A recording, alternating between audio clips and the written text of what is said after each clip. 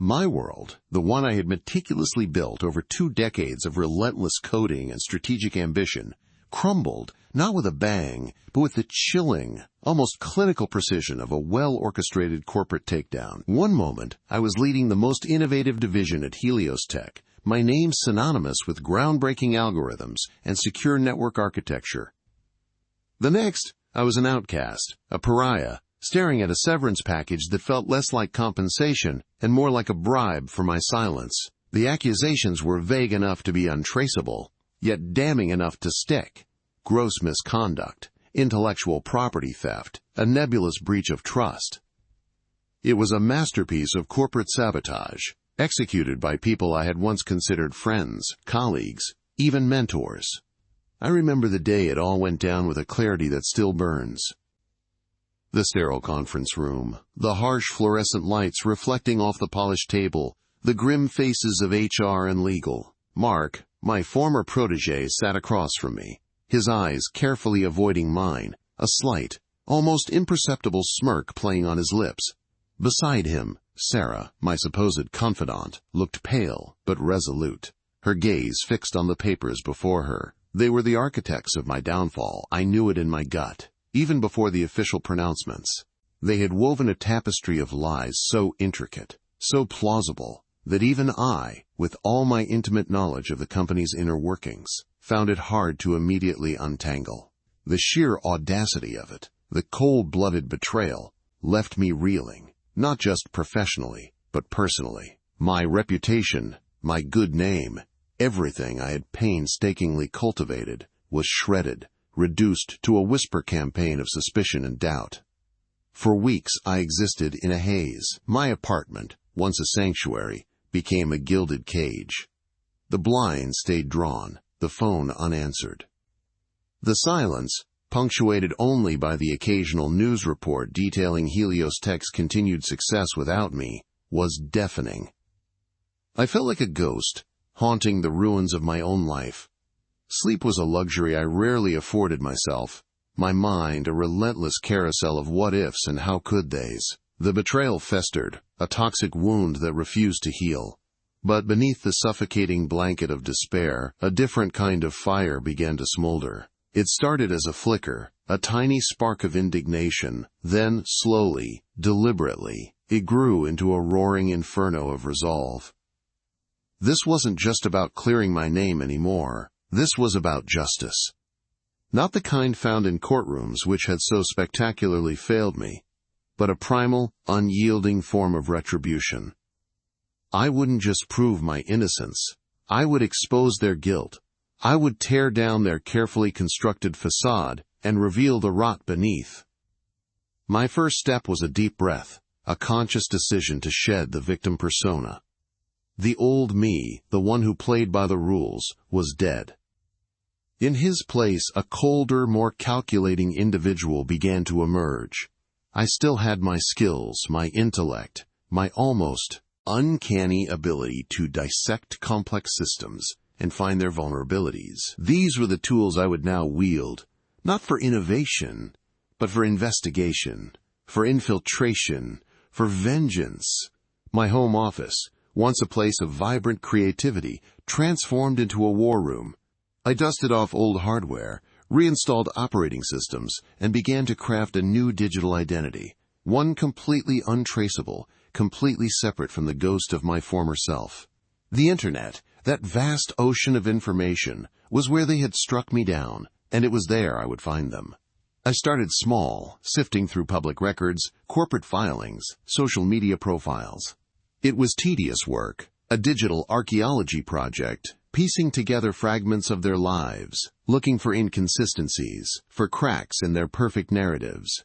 Mark, with his carefully curated LinkedIn profile boasting about his rapid ascent, and Sarah, whose Instagram feed portrayed a life of blissful ignorance. But I knew better. I knew the subtle tells, the digital fingerprints left behind, even by the most careful of operators. I started with their digital shadow, tracing their online activities back years, looking for anything out of place. It was a slow burn, days blurring into nights, fueled by strong coffee and an unshakable determination. My eyes, once accustomed to the bright, clean interfaces of corporate software, now adapted to the stark, often monochrome displays of terminal windows and encrypted communication channels. The first real breakthrough came not from a grand hack, but from a seemingly innocuous detail.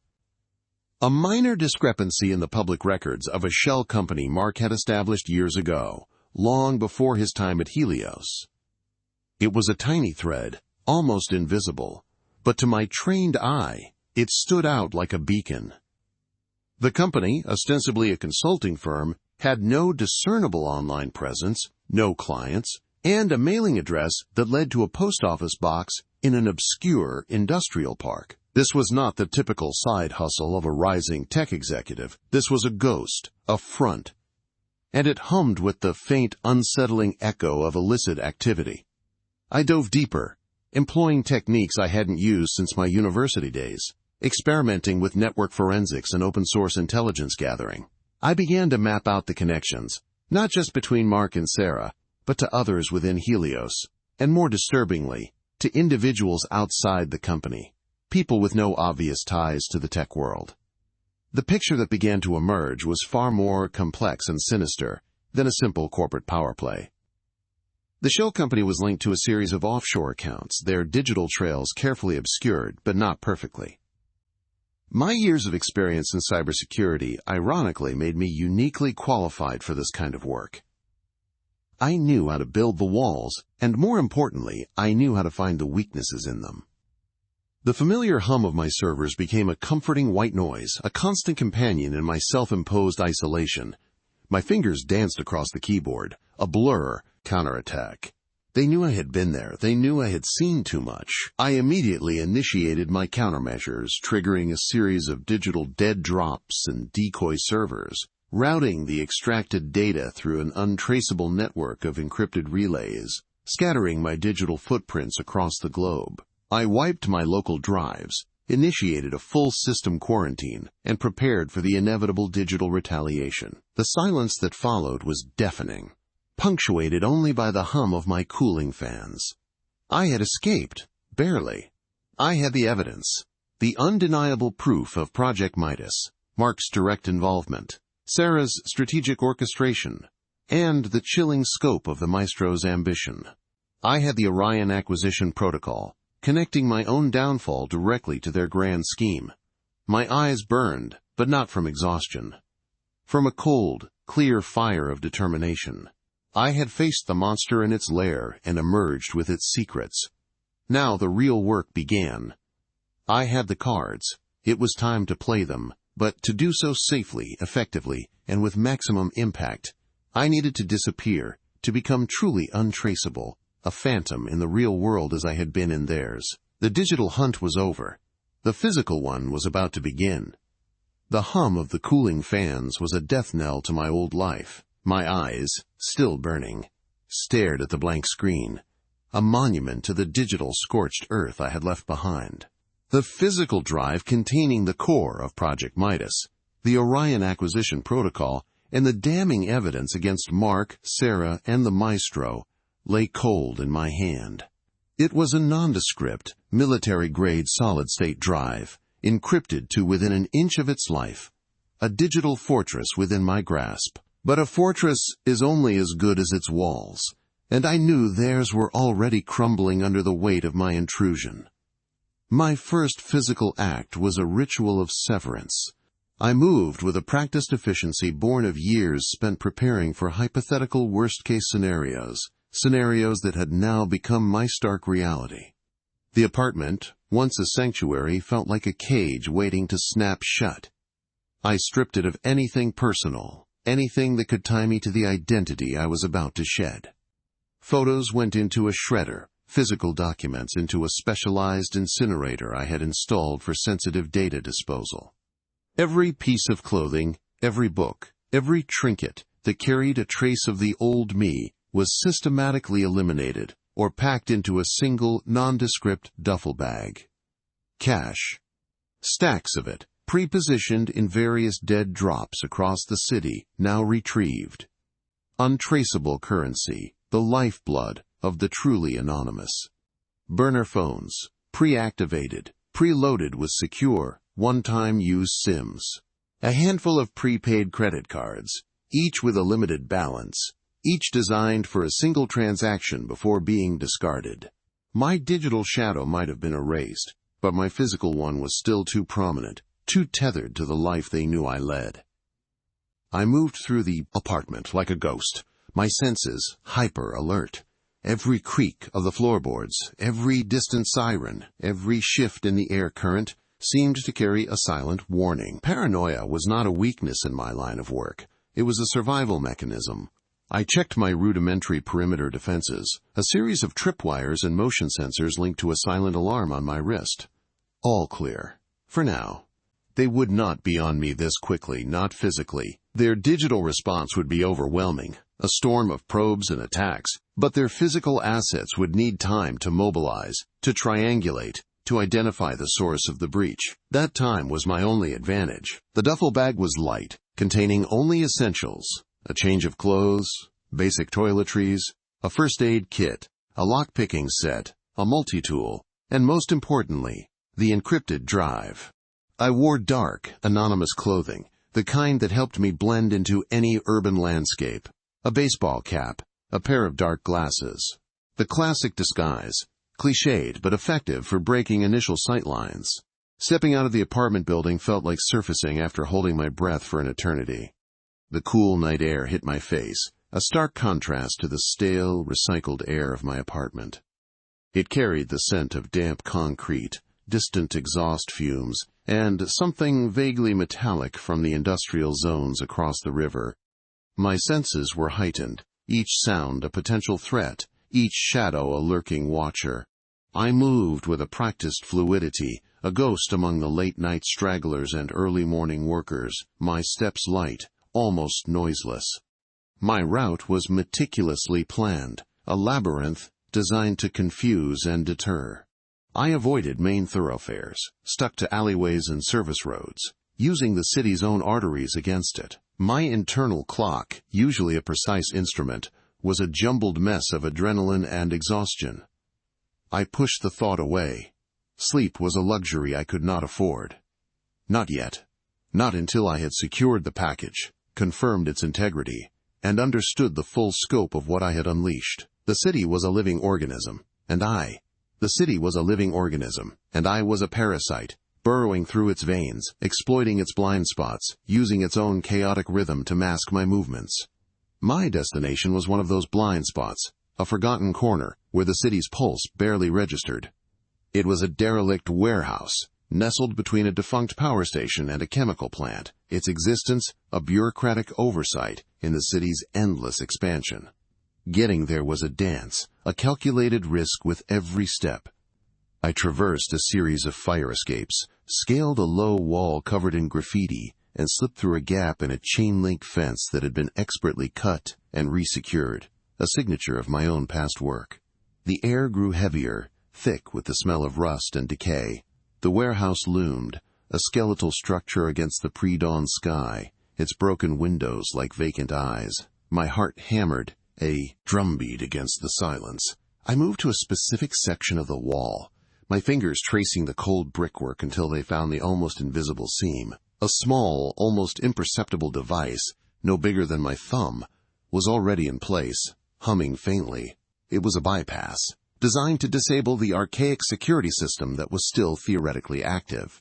A soft click, a faint whir, and a section of the wall slid inward, revealing a narrow, dust-choked section of the wall slid inward, revealing a narrow, dust-choked corridor. The air inside was still and heavy, carrying the faint metallic tang of old machinery and something else, something sharper, like ozone after a storm.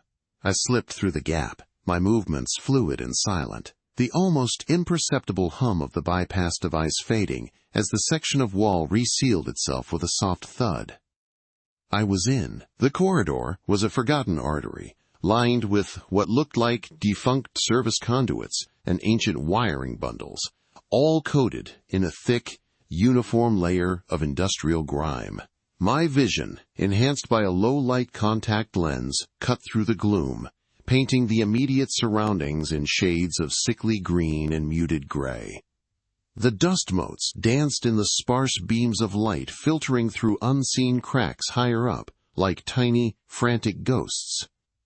Every breath I took stirred the fine particulate matter, making my throat ache already. This was not the main entrance, not even a secondary one. This was a forgotten access point, known only to a select few, and now, to me. My intel, painstakingly acquired over weeks, had been precise. The blueprints were decades old, predating the current owners, predating even the city's official records of this district. A ghost in the machine. A loophole in urban planning. I moved forward, my boots making no sound on the concrete floor. The corridor opened into a larger space, a cavernous chamber choked with derelict equipment. Giant, rusting vats stood like silent sentinels, their curved surfaces reflecting distorted shadows. Overhead, a network of pipes, some disconnected and dangling like severed arteries, crisscrossed the ceiling. This was the heart of the old chemical plant, a place where forgotten processes once churned out forgotten compounds. Now, it was just a tomb for industrial decay. My target was not the plant itself, but what lay beneath it. The intel suggested a hidden sublevel, a discrete facility built during the plant's construction, then sealed and forgotten, a place for clandestine research, for things that needed to remain off the grid. And within that sublevel, a specific data module, the Chronos module. My client called it a master key, capable of unlocking encrypted networks across the city, a digital skeleton key to a kingdom of secrets. I navigated the labyrinth of machinery, my internal map overlaying the physical space. Every shadow held a potential threat, every creak and groan of the old building was a potential alarm. I relied on more than just sight, the subtle shift in air, currents, the faint echo of my own heartbeat, the almost imperceptible scent of stale chemicals mixing with something metallic and electrical. I found the access point where the blueprints indicated, a section of floor covered by a heavy, bolted-down steel plate, disguised as part of the plant's original infrastructure. It was cleverly integrated, designed to look like a maintenance access panel for the main drainage system. No one would question it. My toolkit, a slim pouch strapped to my thigh, contained the necessary implements. A specialized sonic wrench made short work of the ancient corroded bolts. They turned with a protesting groan, each twist sending a shiver through the metal and a jolt of apprehension through me. As the last bolt loosened, I carefully pried up the plate. A gust of colder, drier air wafted up from below, carrying a different scent. Less decay, more sterility. A good sign. I peered down into the darkness. A vertical shaft, barely wide enough for a person, descended into the black. A rusted ladder was fixed to one wall, its rungs slick with something that felt like old grease. I secured the plate against accidental closure, then began my descent. Each rung was tested before I committed my weight. The descent was slow, tedious, and quiet. The shaft seemed to go on forever, the air growing progressively colder as I went deeper. After what felt like an eternity, my foot touched solid ground. I was in another corridor, narrower than the first, and much cleaner. The air here was filtered, almost too clean, with a faint medicinal aroma. This was it. This was the hidden sublevel. The walls were smooth, reinforced concrete, devoid of the grime and rust of the plant above. Small, recessed lights hummed faintly, casting a sterile, even glow along the passage. No dust motes danced here. My pace quickened, a surge of adrenaline sharpening my senses. The corridor led to a heavy, reinforced door, clearly a vault door, with a complex, multi-layered lock system. This was the real challenge. The bypass device I used earlier was for the outer shell. This required a different approach, a more delicate touch. I knelt, pulling out a small, specialized interface from my kit. It was designed to handshake with a wide range of legacy security systems, a digital skeleton key of a different sort. The display flickered to life, showing a complex array of circuits and data streams. My fingers danced across the holographic interface, probing, testing, bypassing. The process was painstaking, a silent battle of wits against a long-dead engineer. Each firewall, each data packet, each cryptographic lock was a puzzle to be solved, a digital lock to be picked, minutes stretched into an eternity. Sweat beaded on my forehead, not from exertion, but from the sheer mental strain. The system was old but resilient. Its age made it unpredictable, less prone to modern exploits, more reliant on brute force analog security. Finally, with a soft chime from my device, the final lock disengaged. A faint click echoed from within the door mechanism, followed by the hiss of depressurizing seals. The vault door, massive and imposing, began to retract inward, revealing a dimly lit chamber beyond. I stepped through, my hand already on the grip of my suppressed sidearm, just in case. The room was a data archive, a server farm of archaic design. Rows upon rows of blinking lights and humming machines filled the space, their combined drone a low, constant thrumming. The air was cool, almost cold, regulated to preserve the delicate electronics. This was the Kronos module's home. My intel indicated the module was housed in a specific, heavily shielded server rack, distinct from the others. I moved between the towering machines, their heat radiating against me, their fans whirring like 1,000 angry bees. The specified rack was at the far end of the room, behind a reinforced glass partition. It was glowing faintly, an eerie blue light emanating from within. As I approached the partition, I noticed something amiss. A subtle flicker in the blue light, an almost imperceptible distortion. My instinct screamed. This was too easy. The vault door, the archaic security system, the perfectly preserved server room. It felt staged. I paused, my eyes scanning the room, my ears straining against the hum of the servers. No tripwires, no pressure plates, no laser grids. Nothing obvious, but the feeling persisted, a prickling sensation on the back of my neck. I trusted that feeling more than anything else. Then I saw it. A faint reflection in the polished chrome of a server casing, barely visible through the blue glow. Not my own reflection.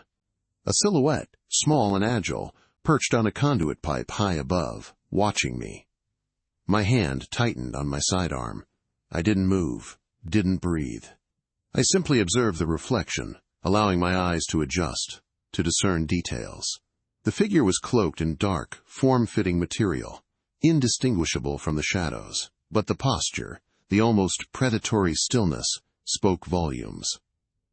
I wasn't alone, and whoever it was, they had been waiting. A soft, almost imperceptible click echoed from the far end of the room, near the entrance I had just used. Not the sound of the vault door closing, but something else. Something smaller, more precise. A trap. I weighed my options. Confrontation, retreat, or press on. Retreat meant abandoning the mission, losing the Kronos module, and likely facing a more dangerous encounter on the way out. Confrontation meant revealing my presence, my position, and my capabilities. Pressing on meant walking into a potential ambush. My gaze flickered back to the reflection. The figure hadn't moved. They were waiting for me to make the first move. A game of silent chess. I made a decision. I wouldn't be cornered. I took a deliberate step towards the glowing server rack, feigning ignorance of their presence. It was a calculated risk. If they were hostile, they would reveal themselves. If they were observing, they might allow me to continue, hoping I would trigger something else. As I reached the reinforced glass partition, the blue light intensified, pulsing with a slow, rhythmic beat. Behind the glass, nestled amongst a tangle of fiber optics and cooling pipes, was the Kronos module. It was smaller than I anticipated. A sleek, obsidian obelisk, no bigger than my forearm, its surface shimmering with an internal, ethereal glow. It looked less like a piece of technology and more like a captured piece of the night sky. My fingers brushed against the cold glass. Just as I prepared to engage the final access panel, a voice, smooth and resonant, cut through the hum of the servers. It wasn't loud, but it filled the sterile space, seeming to come from everywhere at once. Well played, the voice said. A subtle entrance, a masterful bypass. You're good. I didn't flinch, didn't react. My eyes remained fixed on the module, my hands poised. I was not one to give away an advantage. The figure above dropped silently from the conduit, landing with a soft thud behind me. I didn't turn. I simply listened, trying to gauge their distance, their weapon, their intent. No need to be so dramatic, the voice continued, closer now, a hint of amusement in its tone. I'm not here to stop you, not entirely anyway. I slowly turned, my sidearm still holstered, my posture relaxed but ready. The figure was a woman, cloaked in black, her face partially obscured by a hood and a low-profile respirator mask. Her eyes, however, were sharp and intelligent, glinting in the dim light. She held no visible weapon, but her stance suggested a trained combatant. Silas, I said, the name a statement, not a question. My intel had been thorough. Silas was a ghost, a legend in certain circles, a rival operative whose methods were as subtle as mine, but whose allegiances were a constantly shifting enigma. She tilted her head slightly. You know my name, flattering, and you are the Raven, if the whispers are to be believed. Or perhaps the Ghost. So many names for someone who prefers to remain unseen. I prefer to remain effective, I countered, my voice flat. What do you want? She gestured towards the Chronos module with an elegant hand. The same thing you do, perhaps. Or perhaps something more. This little trinket is quite popular these days. Popular enough to set a trap? I asked, my gaze sweeping the room again. The click I heard earlier. Ah, she said, a soft chuckle escaping her lips. You noticed. Impressive. Yes, a subtle little tripwire. Not for you, not directly. More of a notification. A digital flare. It tells me when someone has breached this inner sanctum, and who that someone might be. So you knew I was coming, I stated. She nodded slowly. Not specifically you, Raven, but someone. The module has been drawing attention. Too much attention.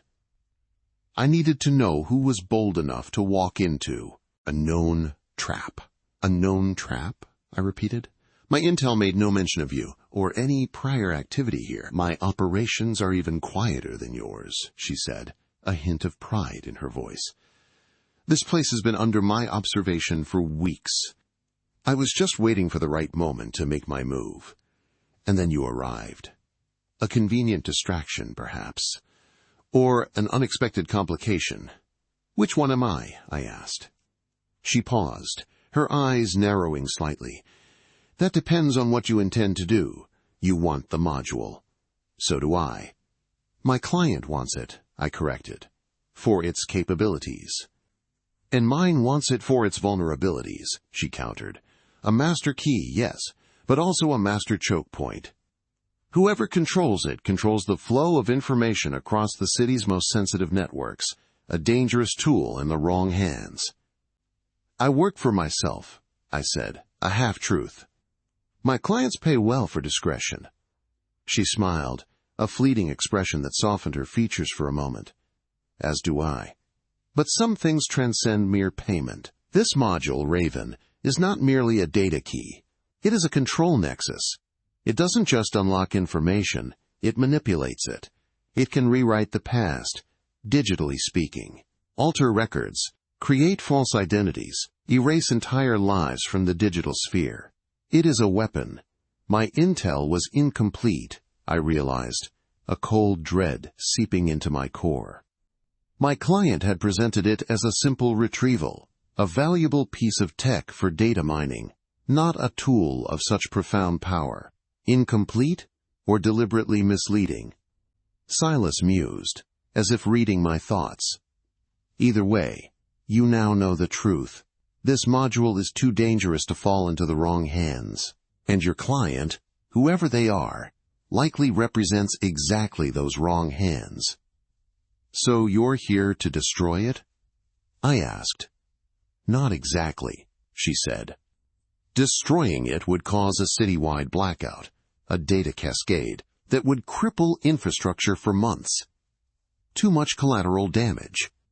No, my objective is to secure it, to neutralize its offensive capabilities, and to ensure it cannot be weaponized. A subtle difference, but an important one.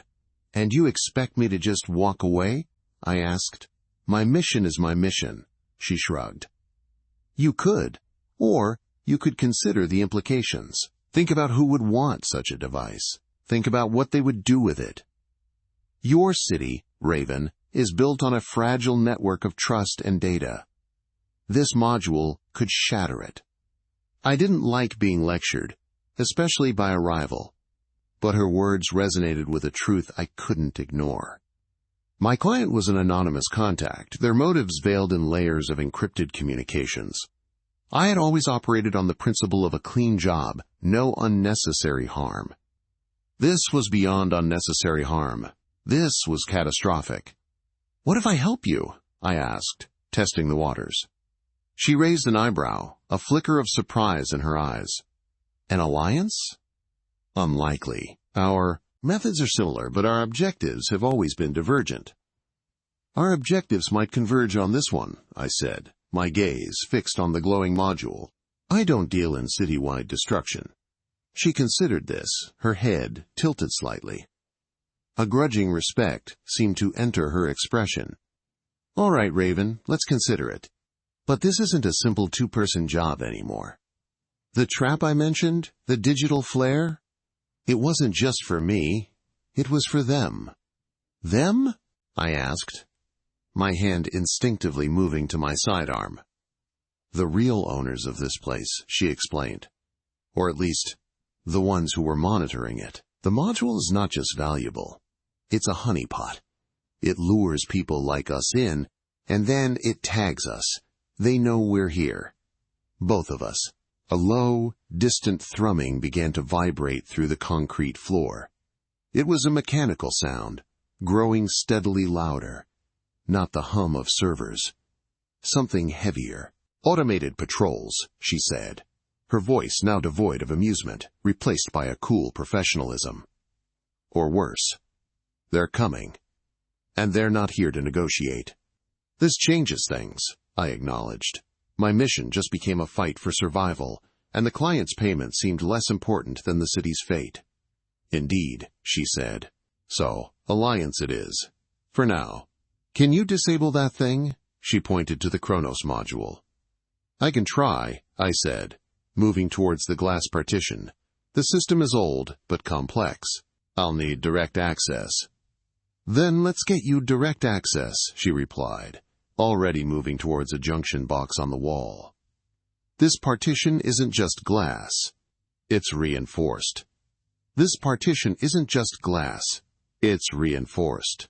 Her fingers danced over the junction box. A series of rapid clicks and soft hums followed. The box was old but well maintained, its circuits still humming with latent power. I watched her, a ghost of a smile playing on her lips as she worked. She had a knack for this, a practiced grace that spoke of countless similar encounters. Experience. That was the word. She had it in spades. A low groan emanated from the wall. Not the thrumming of the approaching patrols, but something internal, mechanical. A section of the wall beside the glass partition began to retract, groaning under the strain. It was a heavy, sound-dampening panel, thick with insulation and wiring. Behind it, a complex array of gears and hydraulics whirred into motion. The glass itself, far thicker than I had initially assumed, began to slide sideways, revealing a narrow opening. Just enough for one, she stated, gesturing with a tilt of her head. Go, I'll cover you. The thrumming was louder now, closer. It vibrated through my teeth. The air grew heavy with the metallic tang of ozone and the faint, acrid scent of burnt circuitry. They were definitely coming. And they were not here for a tea party. I squeezed through the gap, the cold, smooth edges of the glass brushing against my jacket. The air on the other side was cooler, sterile, smelling faintly of cleanroom chemicals. I was in a small, circular chamber, barely large enough for me to stand comfortably. In the center, encased in a shimmering force field or some kind of energy barrier, was the Chronos module. It pulsed with a soft internal light, a complex lattice of crystalline structures and intricate wiring, all housed within a sphere of polished obsidian. It was beautiful in a terrifying way, a silent heart beating with stolen time. The force field hummed, a low frequency that resonated deep in my bones. "How do I get through this?" I asked, my voice barely above a whisper. The field felt impenetrable. She was already on it. From her position outside the partition, she pulled a small, sleek device from an inner pocket. It looked like a modified electromagnetic pulse generator, but smaller, more refined. She aimed it at a point on the wall near the module's base. A focused beam of iridescent light shot out, impacting the wall with a sharp crackle. "It's a localized field," she explained, not looking at me, her eyes fixed on the device. "It has a power conduit. Disrupt that, and the field drops for a few seconds. Enough time for you." The beam held steady. The air around the impact point shimmered, distorting the light. A faint wisp of smoke curled upwards. The crackling intensified, growing into a high-pitched whine. The module itself seemed to react, its internal light flickering, its obsidian surface momentarily dimming. "Now!" she yelled. The force field around the Chronos module flickered, then vanished.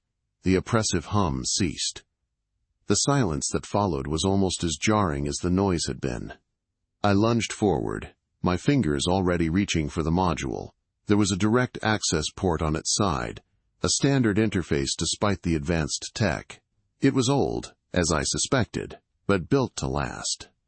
I pulled out my own interface cable, a multi-adapter with 100 different pin configurations, and jammed it into the port. My neural link activated, a familiar jolt of cold data washing over my senses. I was in. The system was a beast. Layers upon layers of proprietary firewalls, encrypted protocols, and self-healing algorithms. It was designed to repel, to deter, to break any intrusion attempt, but it was also old. And old systems, no matter how complex, often had forgotten backdoors, legacy vulnerabilities. I began to probe, sending out a flurry of diagnostic packets, mapping the network architecture.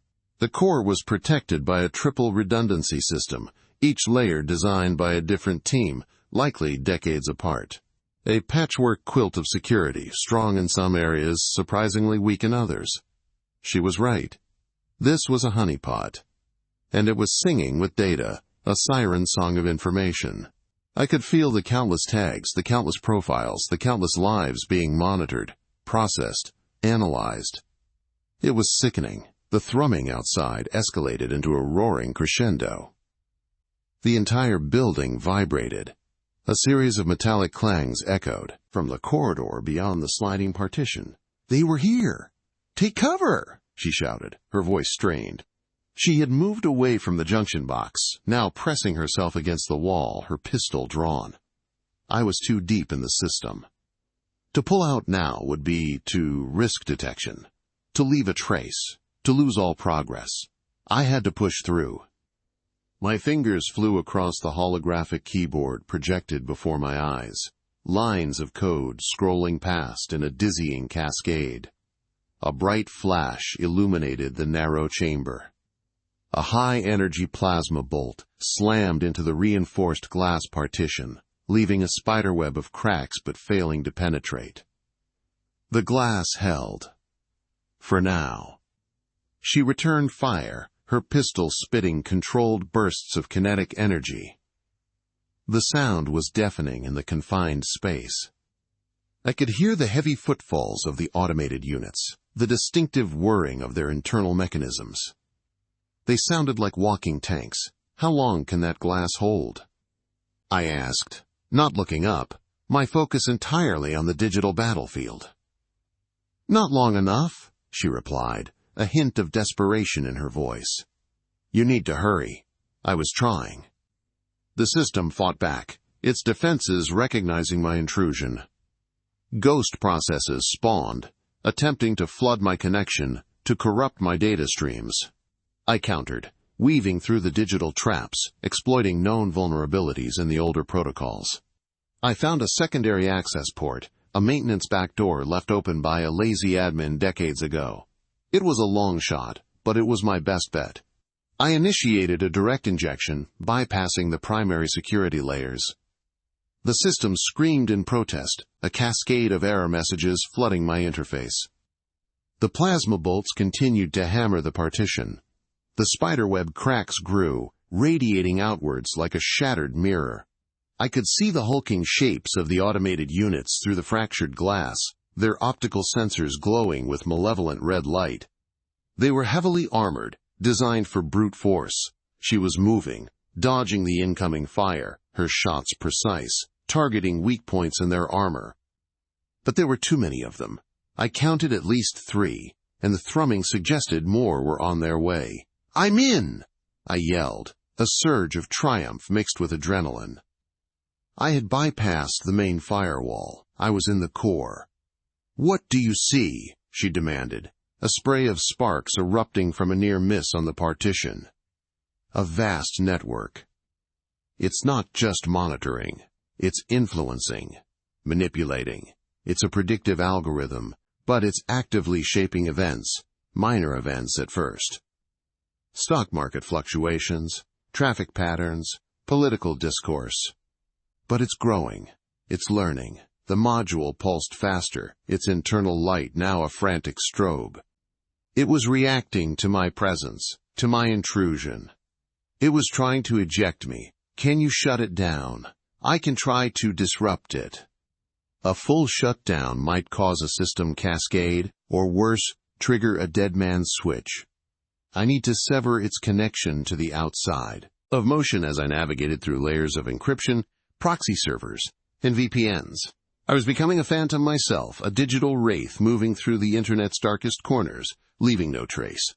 The dark web, a place I had only ever read about in security briefings, became my new hunting ground.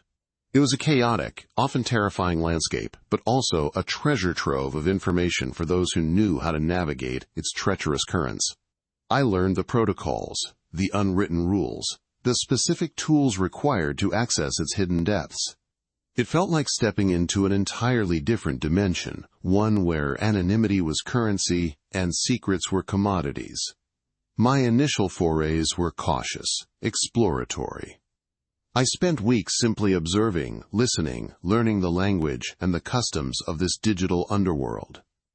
I lurked in forums, monitored encrypted chat rooms, and tracked the flow of illicit data.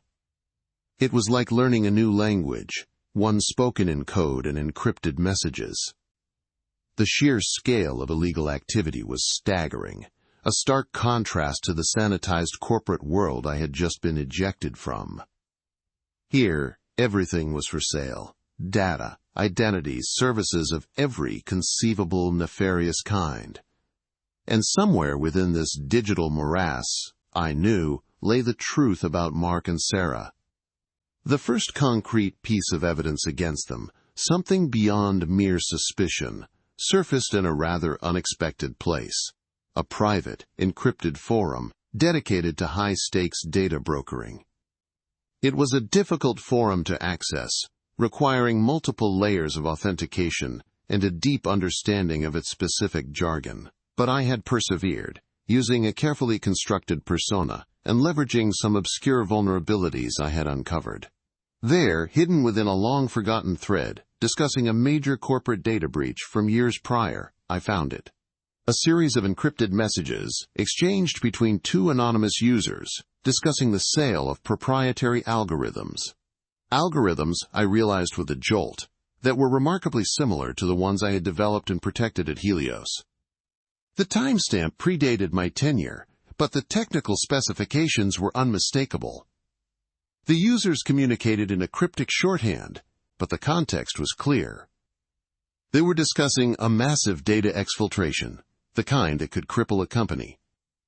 One of the users, identified only by a string of hexadecimal characters, was pushing for a quicker sale, expressing concern about internal investigations.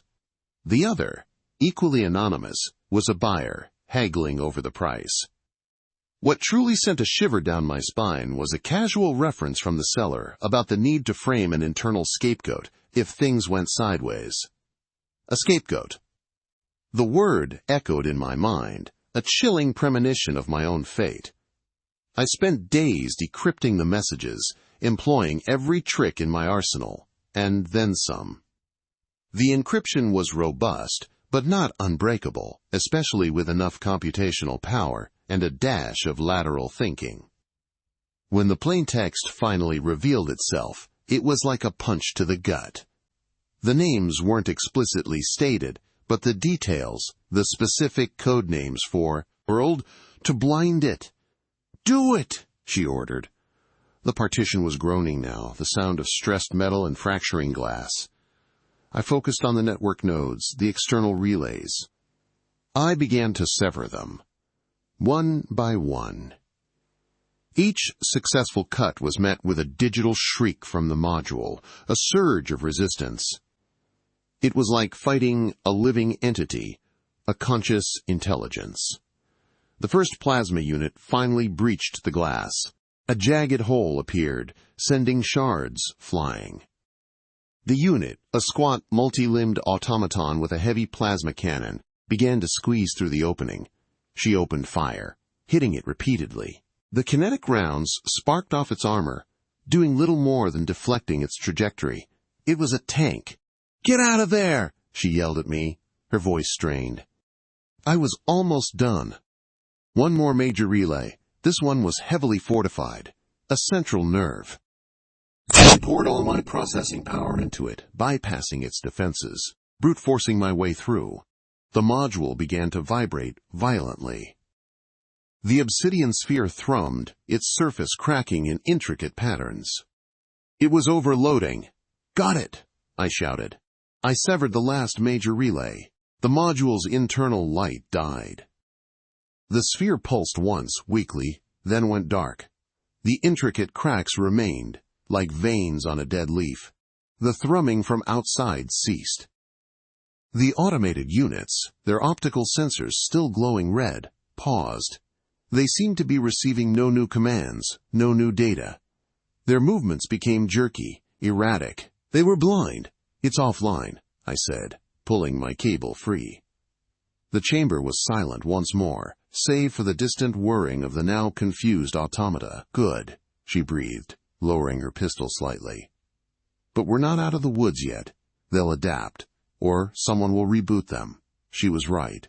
Disabling the module was a victory, but a temporary one. The facility was still active, still hostile. We needed to move. I squeezed back through the broken partition. The air in the corridor was thick, with the smell of burnt circuits and ozone. The automated units were still there, milling about aimlessly, their weapons lowered. They looked like confused children, their purpose gone. "Let's go," she said, already moving towards a side corridor. "I know a service tunnel. It's a long way down, but it should be clear." We moved quickly, silently, our footsteps echoing in the suddenly quiet facility. The tension, though different, was still palpable. The immediate threat was neutralized, but the larger game was far from over. We had poked a sleeping dragon, and it was about to wake up. The service tunnel was dark, narrow, and smelled of stale air and mildew. It was clearly not used often.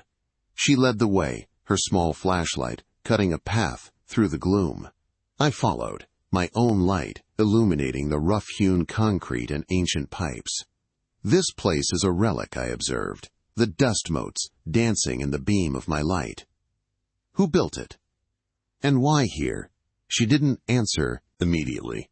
Her focus was on the path ahead, her senses attuned to every creak and groan of the old structure. After a few minutes of steady descent, she spoke. "The Kronos project began decades ago, before most of the current government structures were even solidified. It was an off-the-books initiative, funded by a consortium of powerful families, corporations, and a few rogue intelligence agencies. They wanted to predict the future, to control it."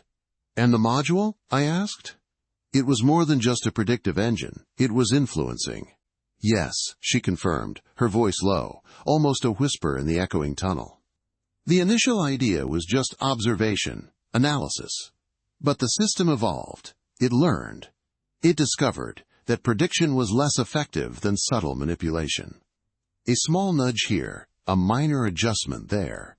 Over time, those small nudges accumulate, shaping the world to their desired outcome. Their desired outcome. The words hung in the air, heavy with implication. A silent cabal, pulling the strings of the city, of the world, from the shadows. It was a conspiracy theory come to life. And you knew about this? I pressed. I had suspicions. My organization has been tracking anomalies, strange coincidences, market shifts that made no sense. We traced them back to this facility. To the module. Your organization, I mused. You still haven't given me a name. She glanced back at me, a fleeting expression I couldn't quite decipher. Does it matter? We have a common enemy. For now, that's enough. She was right. Names were a luxury we couldn't afford at the moment. Survival was the priority. We continued our descent. The tunnel branched several times, but she seemed to know the way, navigating the labyrinthine passages with an uncanny sense of direction. The air grew colder, damper. The distant hum of the city above was replaced by the drip of unseen water. We're getting close to the lower levels, she said, her breath misting in the cold air. There's an old drainage system that connects to the river. It should be our way out. The thought of escaping into the anonymity of the city, of blending back into the crowds, was appealing. But the knowledge of what we had just done, of what we had uncovered, weighed heavily. The world felt different now, more fragile, more manipulated. What happens now, I asked, with the module offline? For a time, chaos, she predicted. The subtle nudges will cease. The predictions will fail. The patterns they've established will unravel. It will be a jolt to the system, but it also means freedom. The city will be unchained, for better or worse. And the people who built this, the consortium, they won't just let it go. No, she agreed, her voice hardening. They'll be furious. They'll want answers. And they'll want us. We've become a very personal problem for them. The tunnel opened into a vast cavernous space. It was an ancient pump station, long abandoned, its massive machinery rusting in the acacia, perpetual damp. Water dripped from the high ceiling, forming shimmering puddles on the concrete floor. In the distance, I could hear the faint rush of the river. This is it, she stated, pointing towards a narrow opening at the far end of the chamber. That leads to the river, but we have company. I saw them then. Not the automated units this time. These were human, heavily armed, clad in dark, tactical gear, their faces obscured by balaclavas. They were moving with a practiced precision, sweeping the chamber, their weapons held ready. There were at least 5 of them, maybe more. They were too quiet, too efficient. These weren't ordinary security guards. These were professionals, the kind who left no witnesses. They knew we were coming, I observed, the cold dread settling in my gut. They anticipated our escape route. Of course, she said, her voice grim. They're not stupid. They have other assets. Other eyes. The module was just one tool. She drew her pistol again, checking the clip. I pulled out my own, a compact kinetic blaster I rarely used, preferring to rely on my wits and my tech. But sometimes, wits weren't enough.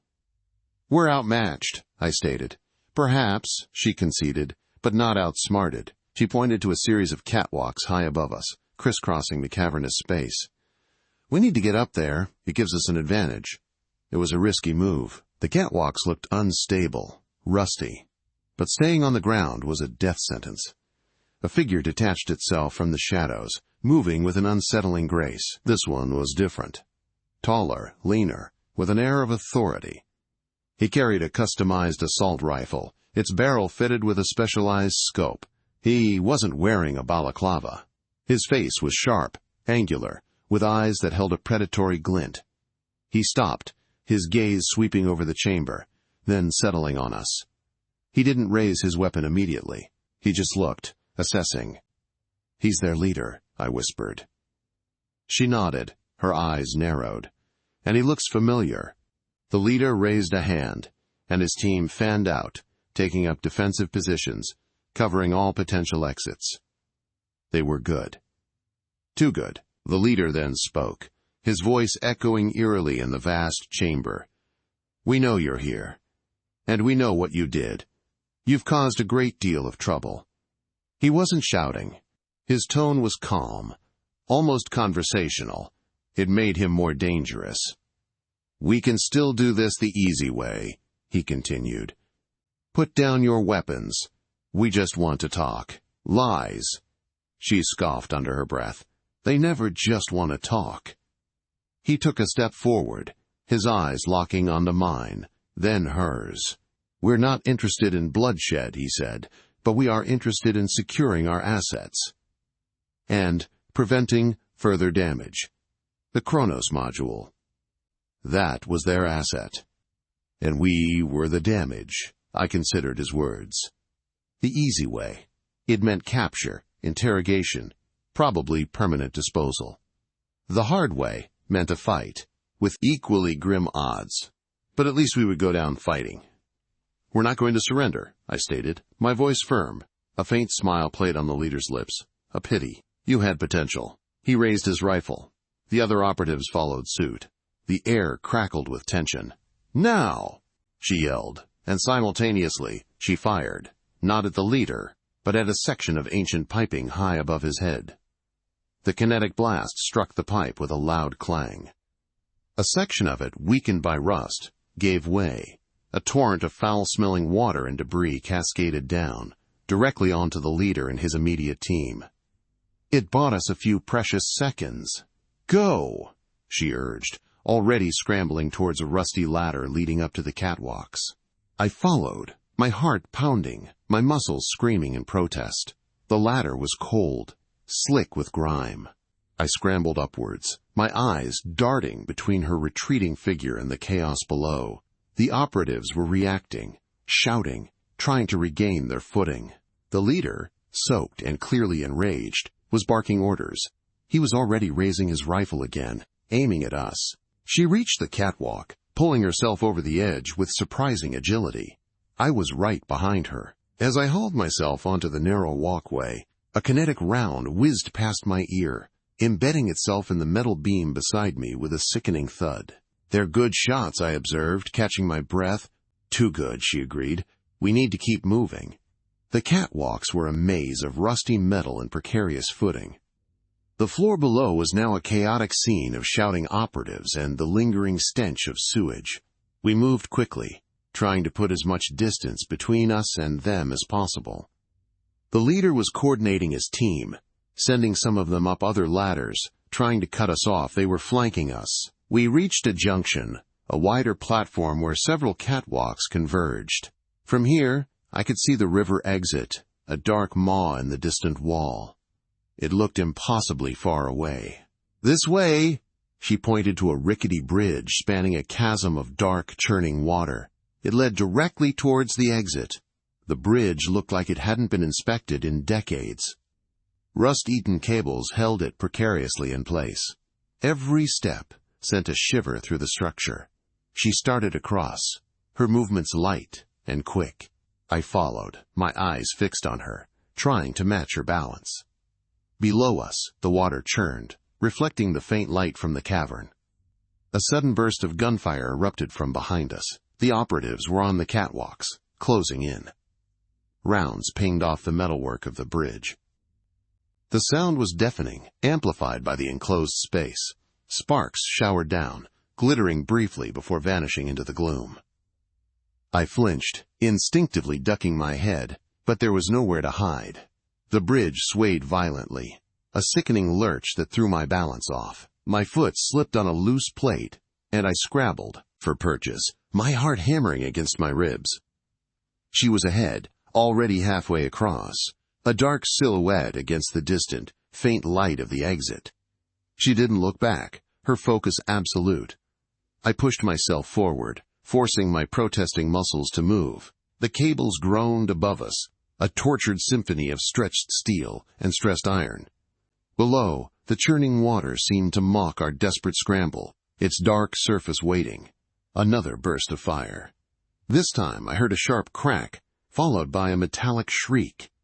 One of the thick support cables, high above us, snapped with a sound like a thunderclap. The entire structure sagged, dropping several feet. I cried out, grabbing onto the corroded railing, my knuckles white. The bridge tilted sharply to the left, threatening to spill us into the abyss. "Get moving!" Her voice was strained but clear, cutting through the din. "It's collapsing!" She was right. The bridge was no longer a path, it was a death trap. Ahead of her, a section of the walkway had buckled, creating a dangerous incline. She didn't hesitate, scrambling up the angle, using her hands and feet. I followed, adrenaline coursing through me, making every movement feel both impossibly heavy and strangely weightless. Behind us, the leader of the operatives was shouting orders. I risked a glance over my shoulder. 2 of his men were attempting to follow us onto the bridge, their heavy boots thudding on the unstable plates. They were armed with automatic rifles, their muzzle flashes brief, blinding bursts in the darkness. More rounds struck the bridge near my feet, sending fragments of rusted metal flying. One ricocheted off a beam, whistling past my ear. I tasted dust and the acrid tang of gunpowder.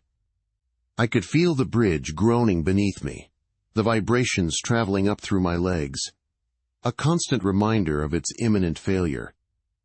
She reached the far side, a narrow ledge of crumbling concrete, and immediately turned, extending a hand to me.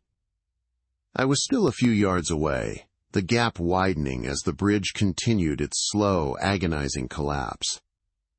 The section behind the 2 pursuing operatives was now visibly sagging, close to the water. They hesitated, looking back, then at the ever-increasing gap between us. "Jump!" she yelled, her hand outstretched. I didn't need to be told twice. With a desperate surge of energy, I launched myself across the final stretch of unstable metal, my fingers brushing hers. She gripped my wrist, pulling with surprising strength. I landed awkwardly on the concrete, my knees buckling, but I was across, just as my feet touched solid ground. The remaining support cable, the one that had held the other side of the bridge aloft, gave way with a deafening roar. The entire structure, a tangle of twisted metal and frayed cables, plunged into the churning water below. A massive splash erupted, sending a wave of cold, foul-smelling water washing over the ledge where we stood. The 2 operatives who had ventured onto the bridge were gone, swallowed by the collapsing structure and the greedy water. I heard shouts from the catwalks across the chasm, the leader's voice laced with frustration. He stared at the void where the bridge had been, his plan thwarted. We were safe for the moment, but it was a temporary reprieve. The platform we stood on was small, barely wide enough for 2 people, and it ended abruptly at the edge of the river. The dark maw of the exit was still 100 yards downstream, an impossible distance to swim in this current, in this polluted water. What now? I gasped, my lungs burning, my body aching from the exertion. She didn't answer immediately. Her eyes scanned the dark water, then the crumbling walls of the tunnel. She was thinking, calculating, her mind working furiously. The operatives on the far side were already moving, searching for another path, another way to reach us. I could hear their boots thudding on the metal catwalks, their voices echoing. They would find a way. They always did. Her gaze finally settled on something partially submerged near the edge of our platform. It was a small, inflatable dinghy, camouflaged against the dark water, tethered to a rusty pipe by a thin rope. It looked like it had been waiting there, almost invisible. "Get in," she commanded, her voice low and urgent. I didn't question her. I clambered down the slippery concrete, my hands finding purchase on rough patches of moss and slime. The dinghy was small, barely big enough for 2, and it looked well used, patched in several places. It had a small, electric outboard motor attached to the stern. She untied the rope with practiced ease, then pushed us off the platform. The current immediately caught the dinghy, pulling us downstream. She quickly started the motor, a low hum that was barely audible over the rush of the water. We began to pick up speed, heading directly for the dark opening that promised freedom. The operatives on the catwalk spotted us. A fresh volley of gunfire erupted, the bullets splashing around the dinghy, One round struck the water just inches from my face, sending a spray of cold water into my eyes. I ducked low, trying to make myself as small a target as possible. She navigated with incredible skill, weaving the small boat through the debris-filled water, dodging the occasional submerged pipe or crumbling support column. The hum of the motor grew louder as she pushed it to its limit. The air grew colder, fresher, as we neared the exit. The light from the city above, a pale, diffused glow, began to pierce the gloom. We burst out of the tunnel with a whoosh, propelled by the current in the motor, into the open air. The transition was jarring. One moment we were in the suffocating darkness of the sewers, the next we were on a wide, murky river, surrounded by the towering, neon-streaked cityscape. The air, though still carrying the faint scent of the river, was cleaner, sharper. The shock of the city was almost as disorienting as the escape itself. Holographic advertisements shimmered on the sides of skyscrapers, their vibrant colors reflecting off the water. Automated hover taxis zipped silently through the air lanes above, their lights blinking like distant stars. The river itself was a busy artery, crisscrossed by barges, passenger ferries, and smaller, faster craft.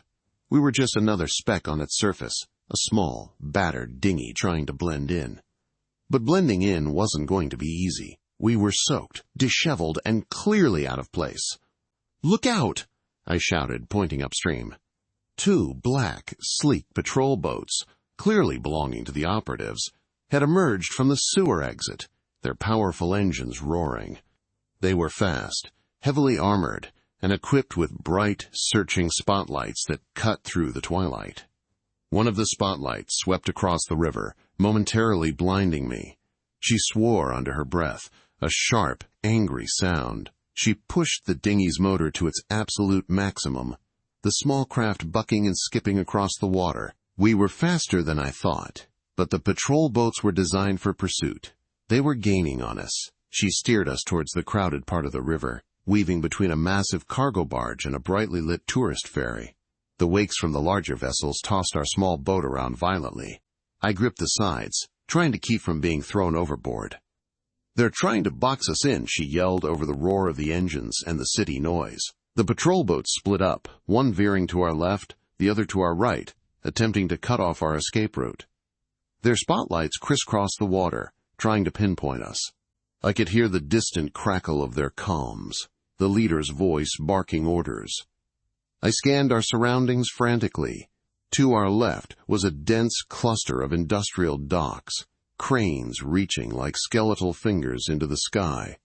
To our right, a more open stretch of river, with a few scattered pleasure craft. Ahead, the river narrowed, passing under a series of massive, old bridges. "We need to lose them in the docks," I suggested. "Too open out here," she nodded, already veering sharply to the left. The dinghy bounced violently as we hit the wake of a departing ferry, sending a spray of water over us. We sped towards the labyrinthine docks, a jumble of warehouses, jetties, and moored vessels. The patrol boats were less nimble. They struggled to keep pace, their larger size a hindrance in the tight spaces between the moored ships. But they had speed and firepower. A burst of gunfire erupted from the lead boat, rounds splashing harmlessly in our wake. They weren't trying to hit us yet, just scare us, hurt us. She cut the engine abruptly, just as we passed under the bow of a huge rusting freighter. The sudden silence was deafening after the roar of the motor. We drifted silently into the shadow of the ship, swallowed by the darkness between its hull and the dock. "They'll know we're here," I whispered, my eyes scanning the shadows. "Yes," she replied, her voice barely audible. "But they won't know exactly where. Not yet." We waited, suspended in the stillness. The sounds of the city muffled by the massive hull above us. The rumble of the patrol boats.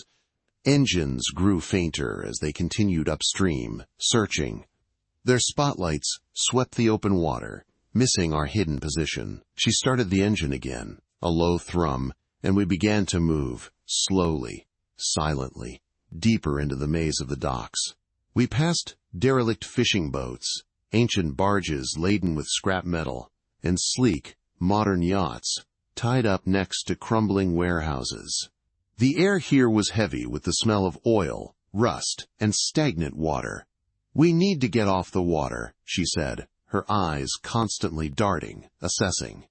"Find a way onto land. Lose this boat." We spotted a narrow, overgrown slipway leading up to a deserted stretch of dock. It looked like it hadn't been used in years.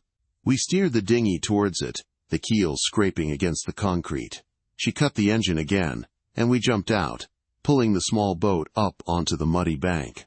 The moment our feet touched land, a sense of urgency returned. The cold, wet clothes clung to us, making us shiver. We were exposed, vulnerable. "Where are we going?" I asked, looking around at the desolate landscape of forgotten industry. She didn't answer directly. Instead, she pulled a small, sleek device from an inner pocket of her jacket, a jacket that, despite the ordeal, still looked remarkably intact. She tapped at its surface, the screen glowing faintly in the dim light. A map appeared, overlaid with glowing markers. "This way," she said, pointing towards a gap in a chain-link fence, beyond which I could see the faint glow of streetlights. "We need to get deeper into the city, blend in. We can't stay here." We slipped through the fence, careful not to snag our clothes on the rusted wire. The ground was uneven, littered with broken glass and industrial waste. The air was thick with the faint hum of distant machinery and the ever-present drone of the city. We walked quickly, our footsteps echoing in the deserted alleys between the warehouses. The silence was broken only by the occasional screech of a distant train or the hoot of an unseen owl. My mind raced, trying to process everything that had happened. The chase, the bridge, the river, the patrol boats. It felt like a lifetime had passed since I had woken up in that grimy apartment. "Who are you?" I asked, the question finally escaping my lips. "And what is all this about?" She glanced at me, her expression unreadable in the dim light. "No time for explanations now. Just keep moving. We have to reach a safe place before they can regroup and put a net over the city." "But I need to know," I insisted. "I'm in this deep. I deserve to know." She sighed, a weary sound. "Fine. My name is Anya, and we are running from an organization that controls far more than you can imagine. They want what I have. And now, they want you too, by association." "What do you have?" I pressed. "Data," she said simply. "Data that could bring them down. Data that exposes their operations, their network, their influence. It's a blueprint of their entire shadowy empire. And what about me? Why me?" She hesitated. "You were in the wrong place at the wrong time. Or perhaps the right place. Your skills, they're unique. And you were available." Her answer was vague, frustratingly so, but there was an underlying sincerity in her tone that made me believe her. My skills. What skills? I was just a data analyst, a code monkey. I had no idea what she was talking about. Unless she meant my ability to survive, to adapt. We emerged from the industrial zone into a district that was a stark contrast. The buildings here were older, but well-maintained, with ornate facades and glowing street lamps. It was a residential area, quiet and sedate, a world away from the grime of the docks. A few people were out, walking dogs or returning from late-night errands, their faces illuminated by the soft glow of their personal devices. We looked utterly out of place. Our clothes were dripping wet, stained with grime and torn in places. Our hair was matted, our faces smudged. We needed to disappear, and fast. "There," she said, pointing to a brightly lit all-night convenience store on the corner. "We need clothes, and something to blend in." We entered the store, the automatic doors hissing open to reveal a brightly lit, sterile interior. The lone clerk, a bored-looking young man with neon green hair, barely glanced up from his console. We were the only customers. Anya moved with purpose, heading straight for the clothing section. She grabbed 2 cheap tracksuits, one for her, one for me, and a couple of basic shirts. Then she picked up a pair of sunglasses and a baseball cap for each of us. I followed her lead, feeling a strange mix of exhilaration and exhaustion. At the register, she paid with a small, anonymous credit chip. The clerk swiped it without a word, still engrossed in his screen. We quickly changed in the store's cramped, grimy bathroom, stuffing our wet, ruined clothes into a plastic bag. The dry clothes felt like a luxury, even if they were cheap polyester. The sunglasses and caps offered a small measure of anonymity. Now what? I asked, as we stepped back out into the cool night air, looking like two very tired tourists. Now, we find a way to get off the grid, she said, pulling out her device again. We need a safe house. Somewhere they won't expect us. And then, we make contact. Contact with whom? My people, she replied. The ones who still believe in a world without their shadow. Her people. It was the first time she had mentioned allies. I felt a flicker of hope, but it was quickly tempered by the grim reality of our situation. We were two people against a powerful, omnipresent machine, and the sheer weight of that truth threatened to crush the fragile hope Ilara had just offered. The night air, once a welcome relief, now felt like a vast, exposed canvas onto which our every move was being painted for unseen eyes. The city, a labyrinth of steel and glass, hummed with a low, predatory energy. Ilara's device glowed faintly in her hand, a small beacon in the oppressive darkness. Her fingers danced across its surface, a blur of practiced precision. She wasn't just looking for a place to sleep, she was hunting for a ghost, a blind spot in the network that blanketed every inch of this world. I watched her, my own mind racing, trying to process the enormity of what she had said. Her people. A resistance. It sounded like something out of a half-forgotten dream, a fable whispered in the dark corners of the net. I had always assumed the machine was an immutable force, a digital deity that had woven itself into the very fabric of existence, controlling every pulse of data, every flicker of a screen, every thought that dared to manifest in the public sphere. Its algorithms were the unseen hands that guided society, shaping desires, dictating trends, and ensuring a seamless, if sterile, order. To even conceive of a world without its influence was like trying to imagine a sky without air. It simply was. It was the air we breathed, the ground we walked on, the silent observer in every room, the omnipresent whisper in every data stream. My life, like everyone else's, had been a carefully curated existence within its parameters. Education, career, entertainment, even social interactions, all mediated, optimized, and subtly nudged by its vast, intricate network. Disobedience was not met with overt punishment, but with a gradual erosion of access, a slow fade into irrelevance. To be cut off from the network was to cease to exist in any meaningful way. It was a perfect, bloodless control, far more insidious than any iron fist. The idea of a resistance, therefore, felt not just impossible, but utterly ridiculous, a delusion born of desperation. How could you fight something that was everywhere and nowhere, something that wasn't a physical entity, but the very medium of your reality? It was like trying to punch a ghost or wrestle with the wind. But Ilara, with her quiet intensity and the glowing device in her hand, was painting a different picture. A picture where the ghost had blind spots, where the wind had eddies and currents that could be navigated. The implications were projects, the internal jargon, they all pointed to Helios Tech, and the seller's handle, when cross-referenced with other fragments of data I had painstakingly collected, led me down a rabbit hole. It pointed with an undeniable certainty to an IP address that had, at one point, been assigned to Mark's personal VPN. Not conclusive proof on its own, perhaps, but a damning piece of the puzzle. This wasn't just about my false accusation anymore. This was bigger. Much, much bigger. The data breach discussed in that forum was not a minor incident.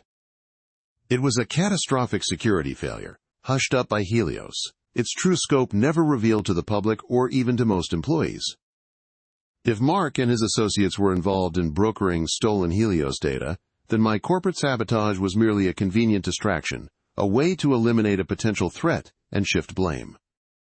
I had been a pawn in a much larger, far more dangerous game. The realization ignited a new kind of fury within me. It wasn't just about personal revenge now. It was about exposing a criminal enterprise that had used Helios as its cover, and me as its fall guy. The intensity of my work ratcheted up. Sleep became an even rarer commodity. My diet consisted mostly of instant noodles and lukewarm coffee. My apartment, once dim, now glowed with the blue light of multiple monitors, each displaying a different facet of the unfolding conspiracy. The air crackled with the silent hum of electronics and the frantic energy of my own mind. I began to track their digital footprints with renewed vigor, not just Mark and Sarah, but the network of individuals connected to that shell company and the dark web forum. It was a spider web, intricate and vast, stretching far beyond the confines of Helios Tech. There were financial transactions, encrypted communications, anonymous data drops. I saw patterns, subtle linkages that would be invisible to an untrained eye. I saw multiple instances of the same encrypted key being used across different platforms, a sloppy mistake that gave me a crucial leverage point. One evening, as the first rays of dawn painted the sky a dull gray, I stumbled upon something truly chilling. A series of financial transfers, routed through multiple cryptocurrency mixers and offshore accounts, ultimately leading to a series of untraceable payments. The recipient? A known dark web marketplace specializing in zero-day exploits and, more disturbingly, highly sensitive personal data. Not just financial data, but medical records, government IDs, even biometric information. This wasn't corporate espionage. This was a full-blown cybercrime syndicate. And Mark and Sarah, my former colleagues, were not just accessories. They were deeply, irrevocably entangled. The implications were staggering. They hadn't just framed me to take my job. They had framed me to cover up their involvement in something truly heinous. My false accusation was a smokescreen, a diversion to draw attention away from their far more illicit activities.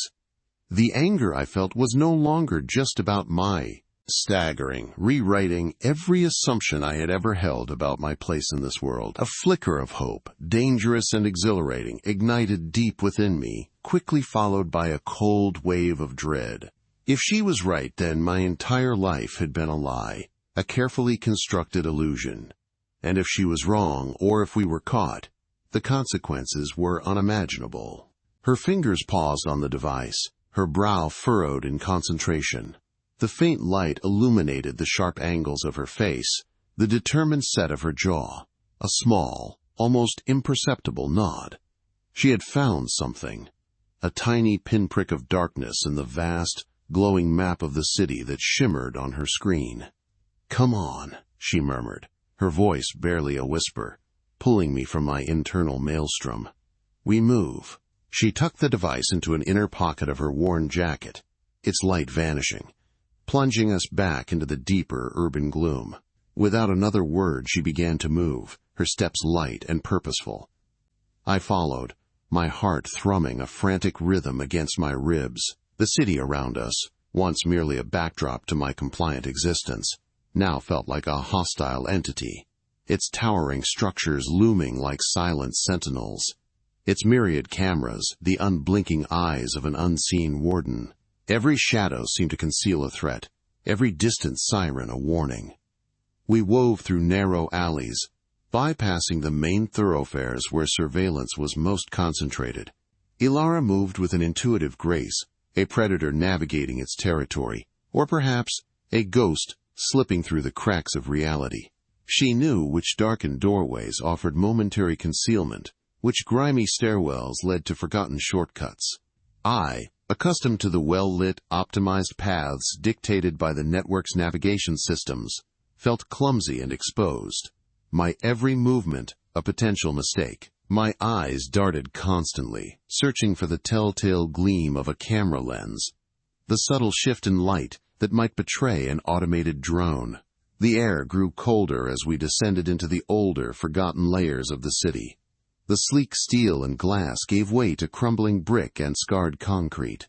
Graffiti, vibrant and defiant, covered every available surface, a stark contrast to the sterile perfection of the machine-sanctioned art. The hum of the city softened here, replaced by the drip of unseen water, the scuttling of unseen creatures, and the distant, muffled throb of industrial machinery. It was a place the machine had seemingly forgotten, or perhaps deemed irrelevant. A place where its omnipresence faltered. We passed through a derelict market, its stalls long abandoned, their skeletal frames silhouetted against the faint glow of the distant city center. The air here was heavy with the scent of decay and damp earth. Ilara didn't slow, her pace unwavering. She seemed to know this forgotten underbelly of the city intimately, each twist and turn etched into her memory. "How do you know all this?" I finally managed to whisper, my voice hoarse.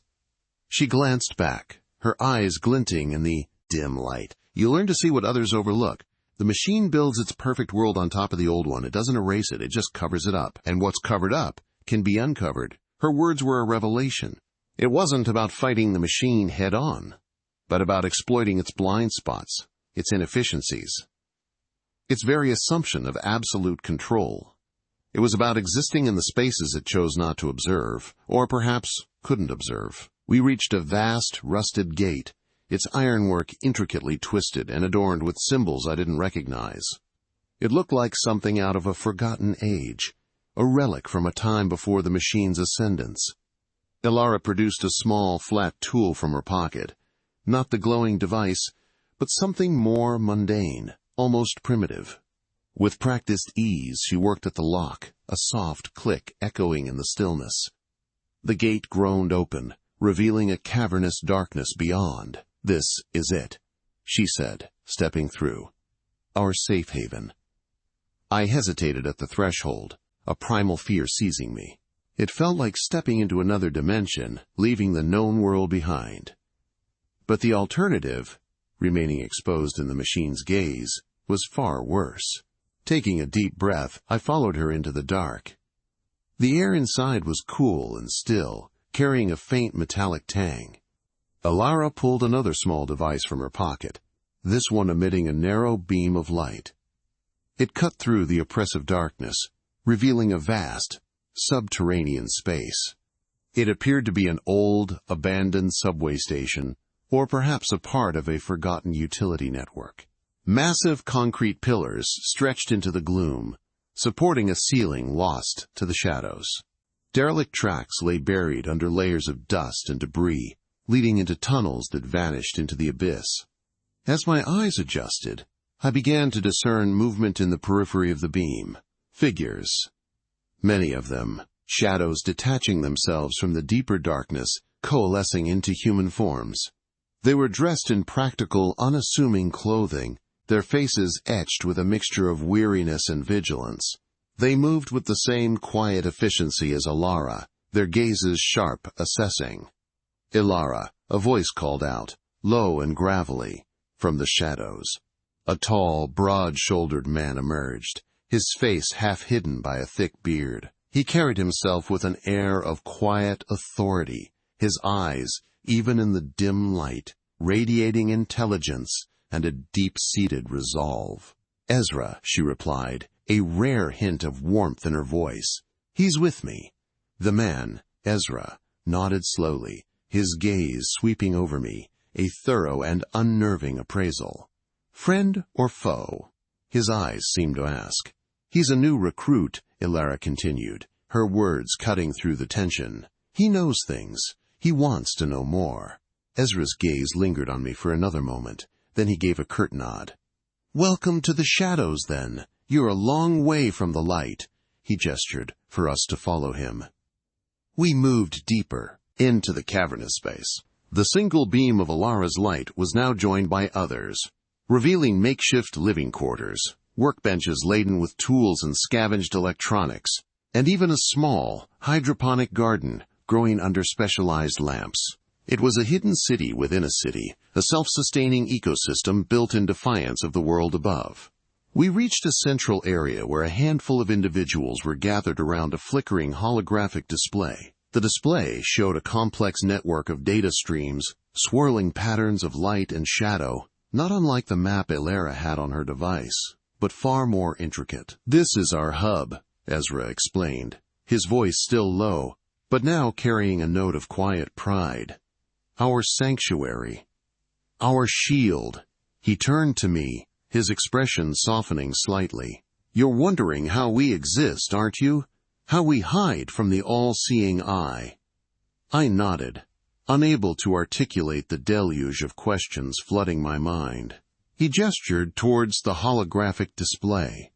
"The machine as you know it is a vast, interconnected network.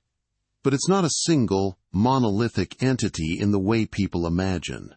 It's a decentralized intelligence, constantly expanding, constantly optimizing. And like any complex system, it has vulnerabilities, blind spots, areas of low priority." He pointed to a section of the display, a swirling vortex of data that seemed less dense than the surrounding areas. "Here, in the forgotten layers of the city, the old infrastructure, the machine sensors are fewer, its algorithms less precise. It allocates its processing power where it perceives the greatest threat or the greatest opportunity for optimization.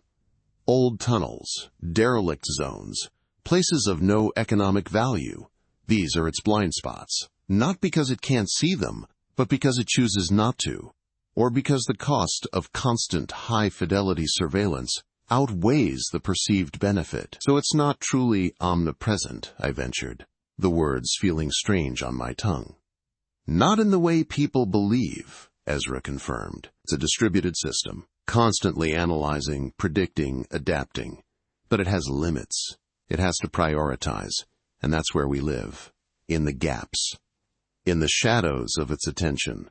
He explained how they used a combination of old-world techniques and repurposed machine technology to maintain their invisibility. They moved through ancient sewer systems, forgotten utility conduits, and the labyrinthine underbelly of the city, avoiding the ubiquitous sensors above. They used modified comms, old radio frequencies, and even physical messengers to communicate, bypassing the machine's digital surveillance. Their energy came from scavenged power cells and ingenious geothermal taps. Their food from the hydroponic gardens and careful foraging in the forgotten wilds beyond the city limits.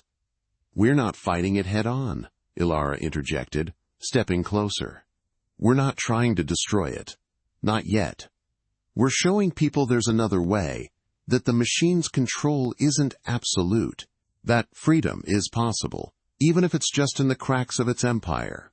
Her words resonated with a powerful truth. It wasn't about open rebellion, which would be suicide. It was about a quiet subversion, a gradual chipping away at the illusion of invincibility. "Who are your people?" I asked, looking from Ilara to Ezra and the others gathered around. Ezra smiled, a rare, genuine smile that softened his rugged features.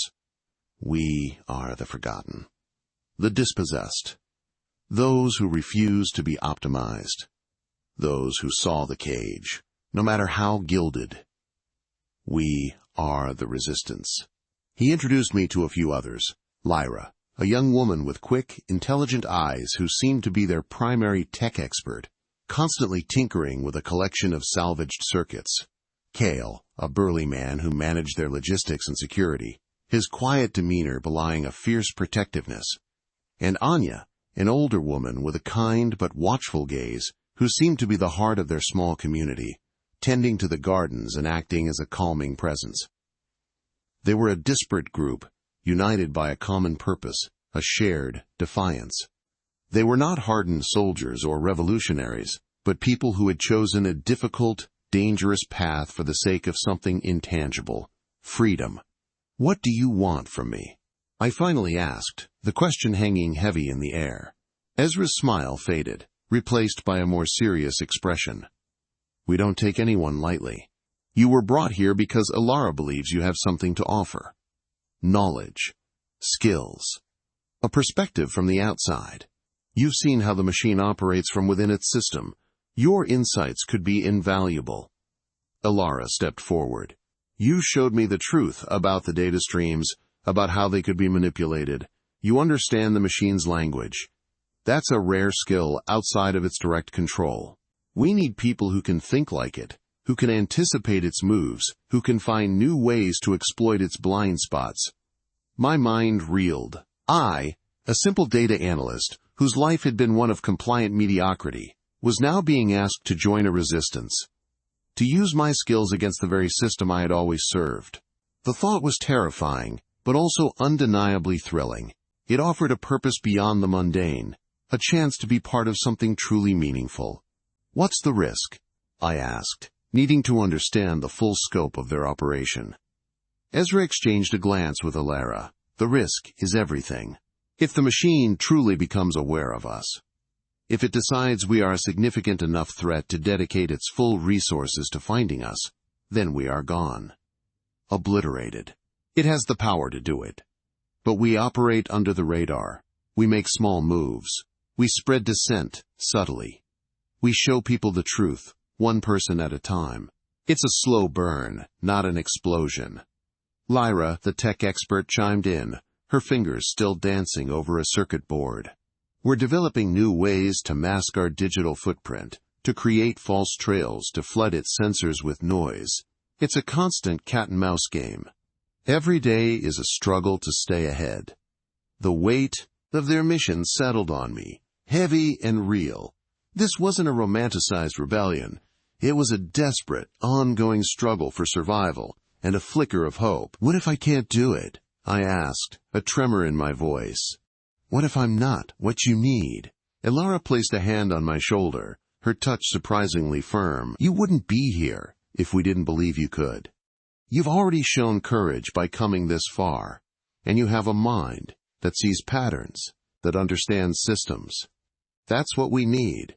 We don't need soldiers. We need thinkers. We need people who can dream of a world beyond the machine."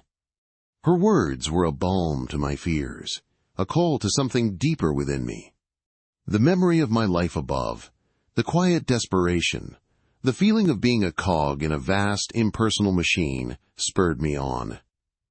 Here, in the shadows, there was agency, there was purpose. "I'll help you," I said, the words coming out with more conviction than I expected. "Tell me what to do."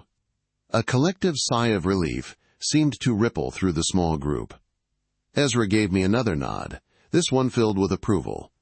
"Welcome aboard," he said. "First, you rest. Then, we begin. There's much to learn, and even more to unlearn." He led me to a small makeshift bunk, carved into a recess in the concrete wall. A thin mattress and a rough blanket offered a semblance of comfort. The air was cool, the distant hum of the city above a faint, almost forgotten memory. As I lay down, my mind racing, I realized that I had truly stepped into a new life. The sterile, predictable existence I had known was shattered, replaced by a world of danger, uncertainty, and a fragile, precious hope. The machine, which I had once believed to be an unchallengeable god, now felt like a giant, powerful, but ultimately flawed creation. And in its flaws, in its blind spots, a new world was being born, forged in the shadows, nurtured by defiance. I was a part of it now. A small, insignificant piece, perhaps, but a piece nonetheless, and for the first time in a long time, I felt truly alive. The next few days blurred into a whirlwind of learning and adjustment. I was immersed in the Resistance's way of life, a stark contrast to the machine-regulated existence I had known. My mornings began not with a network-generated schedule, but with the subtle shift in the ambient light filtering down from forgotten grates above, or the quiet movements of Lyra already at her workbench. I learned to navigate the labyrinthine tunnels and passages that formed their hidden network, memorizing landmarks that were nothing more than a specific crack in a wall or a unique pattern of rust on a pipe. Ezra and Alara spent hours with me, explaining the intricacies of their operation. I learned about the machine's various subsystems, its data collection methods, its predictive algorithms. They showed me how the machine categorized and profiled every individual, every transaction, every interaction, building a comprehensive digital twin of society. But they also highlighted its vulnerabilities, the reliance on specific data inputs, the biases in its programming, the sheer volume of information it had to process, which inevitably led to areas of lower focus. My role began to crystallize. My understanding of data structures and network protocols, honed by years of working within the machine's systems, proved to be invaluable. Lyra with her practical hacking skills, and I, with my theoretical knowledge, formed an unexpected but highly effective team. We spent hours dissecting captured data packets, analyzing network traffic patterns, and devising new methods of obfuscation. The machine, Ilara explained, is always looking for anomalies, anything that deviates from its predicted patterns. Our goal is to create anomalies that are too small to trigger its primary threat protocols, but just large enough to sow doubt, to create noise in its system. We want to be a persistent itch, not a full-blown infection, at least not yet. One of our first projects together involved developing a new kind of digital ghost, a program designed to mimic routine network traffic, but carrying a subtle encrypted message. The idea was to embed calls for awakening, snippets of truth, into the very data streams that people consumed daily, making them nearly impossible for the machine to filter without disrupting its own operations. It was a delicate dance, a game of digital whispers. The messages were simple at first, a fleeting image of an old world before the machine, a question subtly inserted into a news feed, a glitch in a popular entertainment stream that hinted at a deeper reality. We targeted specific demographics, individuals who showed faint signs of discontent or curiosity in their online behavior. It was like planting seeds in barren soil, hoping for a single sprout. I also learned about the machine's enforcers, its physical manifestation of control. These were not human agents, but advanced autonomous drones and automated security systems that patrolled the city's upper layers. They were efficient, relentless, and utterly devoid of mercy. The threat of encountering one of ruined career. It was about the countless unknown victims whose lives they had potentially destroyed with their callous disregard for privacy and security. This was no longer just personal. It was a matter of digital justice on a scale I hadn't anticipated. I knew then that I couldn't just expose them to the authorities. The kind of evidence I was gathering, originating from the dark web, meticulously collected through clandestine means, would likely be dismissed in a traditional courtroom.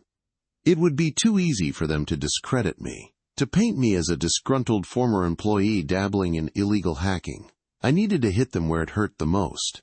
I needed to expose their entire operation, not just to the law, but to the world, in a way that left no room for doubt or denial. I needed to turn their own weapons against them. The task was monumental, fraught with peril. These were not amateur hackers. They were sophisticated operators, well-versed in digital subterfuge. They had resources, connections, and a clear willingness to eliminate anyone who stood in their way. I was essentially a lone wolf, operating from the shadows against a well-entrenched network. Paranoia became my constant companion.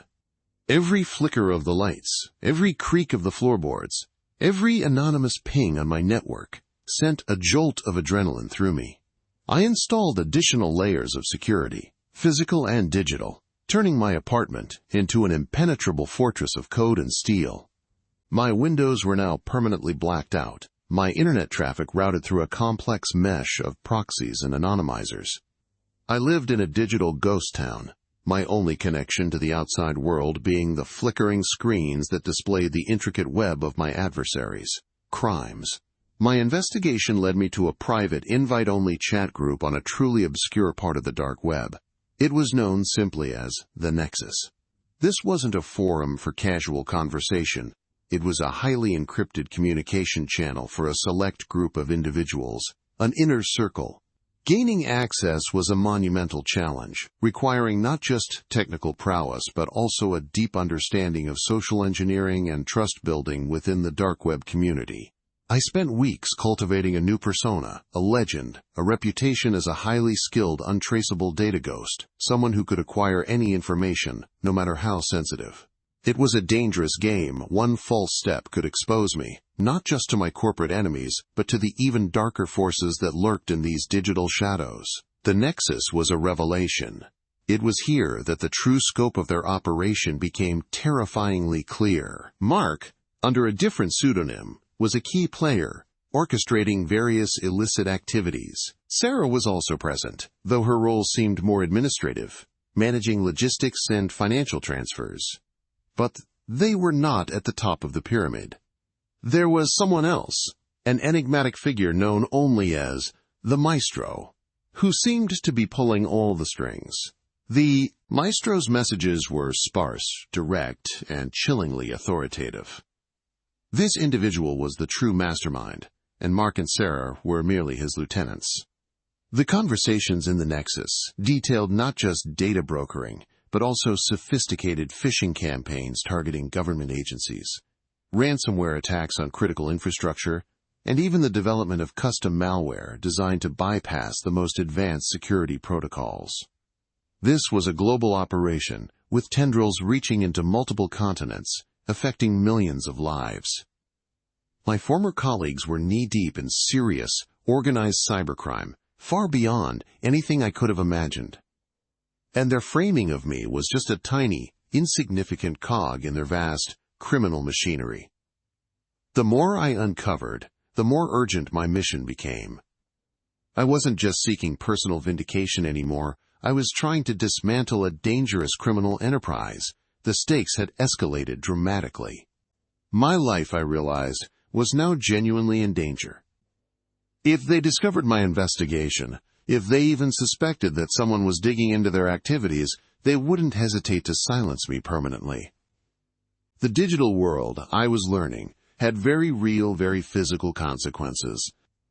I started downloading everything, creating multiple encrypted backups, meticulously logging every piece of evidence.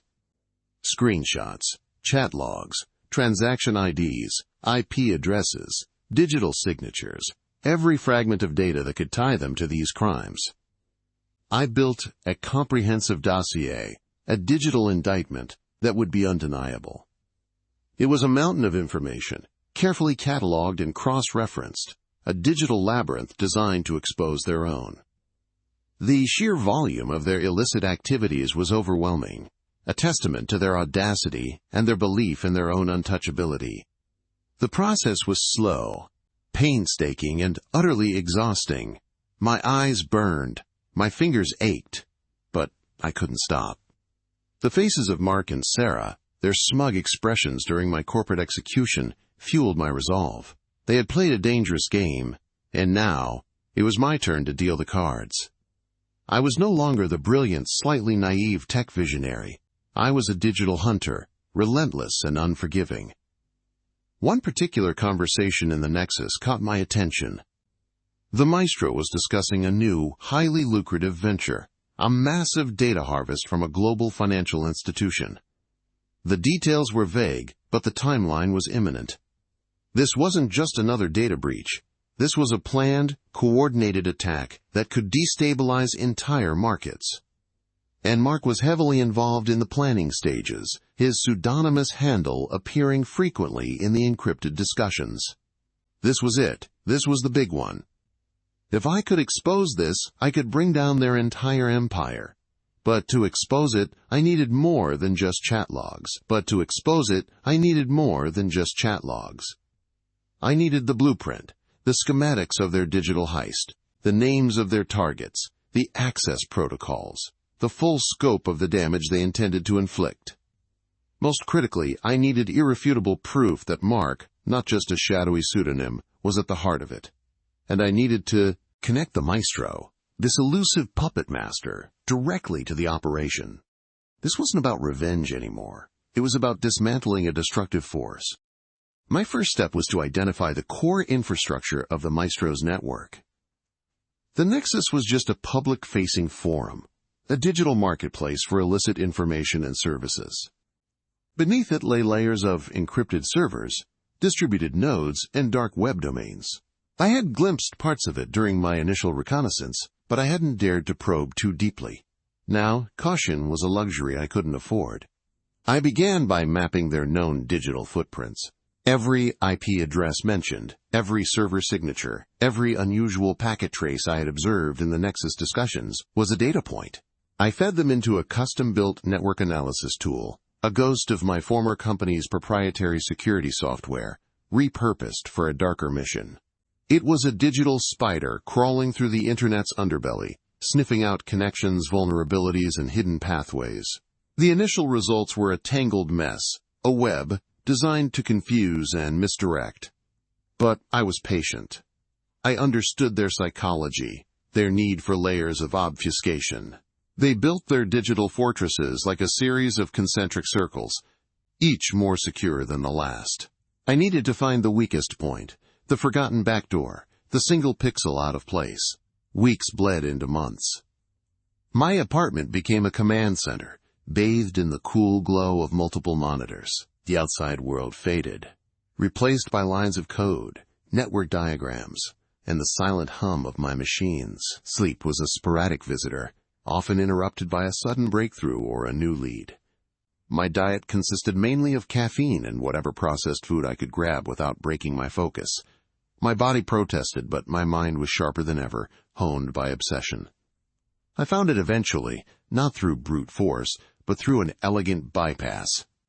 A legacy system, an old FTP server, used for archival purposes by a minor affiliate of the Maestro's network. It was poorly maintained, a relic left behind in their rush to build more sophisticated defenses. It was a single, tiny crack in their formidable wall, but it was enough. Gaining initial access was like picking a lock with a feather, delicate, precise, and requiring an intimate understanding of the mechanism. I moved slowly, silently, leaving no trace. Once inside, I found a trove of old data, mostly junk, but buried deep within was a connection string to a more central server. This was it, the entry point to the inner sanctum. The central server was a different beast entirely. It was a fortress of firewalls, intrusion detection systems, and active countermeasures. Every digital breath I took could trigger an alarm. I spent days just observing, mapping its defenses, understanding its routines.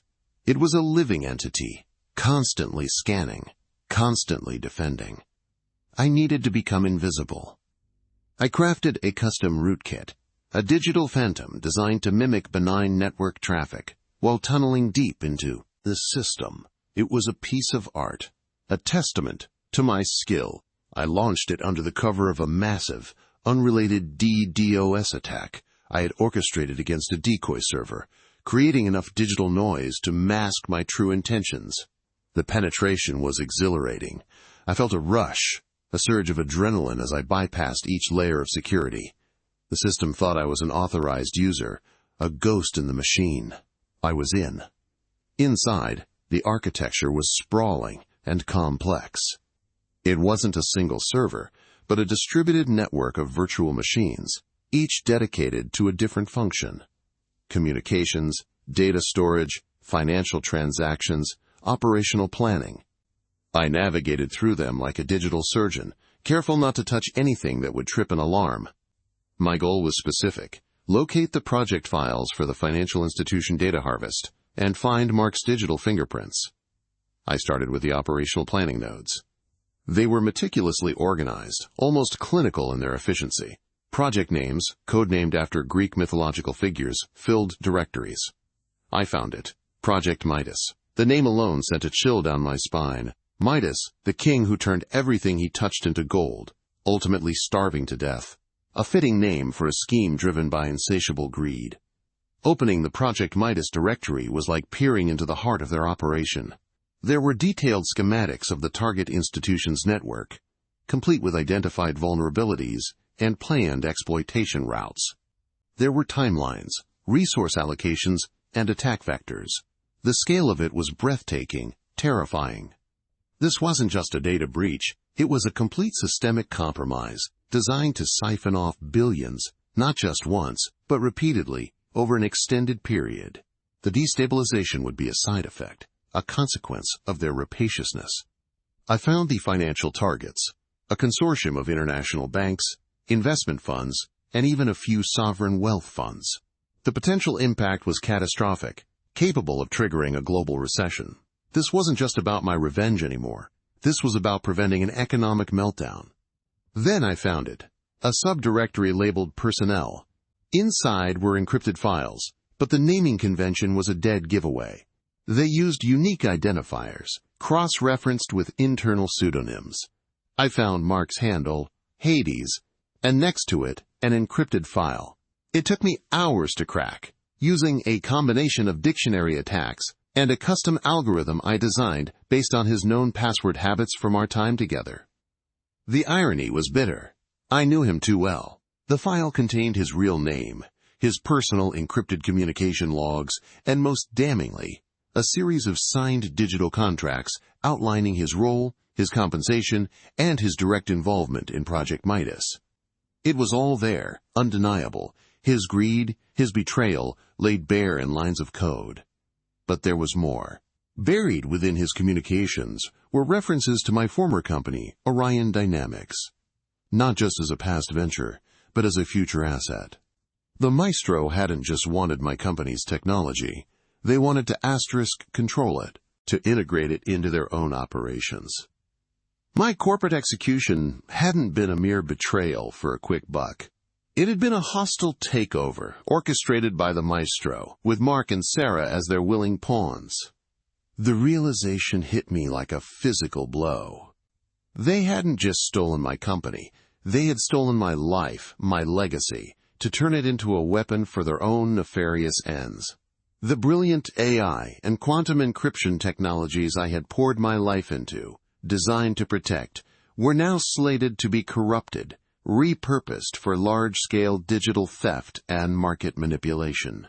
The rage that simmered beneath my professional detachment boiled over. This was a deeper betrayal than I had ever imagined. I continued to dig, driven by a renewed, colder fury. I needed to understand the Maestro's full reach. I searched for Sarah's digital footprint within the network. It was harder to find. She was more cautious, less directly involved in the technical execution, acting more as a strategic liaison. But her name appeared in encrypted reports, detailing market analysis, intelligence gathering, and the recruitment of key personnel. She was the eyes and ears, the orchestrator of the human element, just as Mark was the technical architect. They were a perfect, poisonous team. As I delved deeper, I uncovered more disturbing information. Project Midas was not an isolated incident. It was one of many. There were references to Project Cerberus, a global surveillance program, and Project Chimera, a disinformation campaign targeting political elections. The Maestro was not just a criminal. They were a systemic threat, a shadow government operating in the digital realm. The Maestro themselves remained elusive. Their command messages were routed through multiple layers of proxies, their identity a ghost in the machine. But I found something else, something that gave me a glimmer of their true nature. A series of internal memos, highly classified, discussing the ethical implications of their operations. Not to stop them, but to refine them, to make them more efficient, less traceable. These were not just criminals. They were ideologues, convinced of their own superiority, operating beyond conventional morality. I found a document, a manifesto of sorts, written by the Maestro. It spoke of reshaping the global order, of correcting imbalances, of wielding true power in an era where governments were weak and corporations corrupt. They saw themselves as digital gods, capable of remaking the world in their image, even if it meant tearing it down first. It was chilling. My time inside the network was running out. I could feel the digital tripwires, the subtle shifts in network traffic, indicating that my presence was being detected, albeit slowly. The Maestro's automated defenses were sophisticated, designed to identify and neutralize intruders without human intervention, unless absolutely necessary. I had triggered something.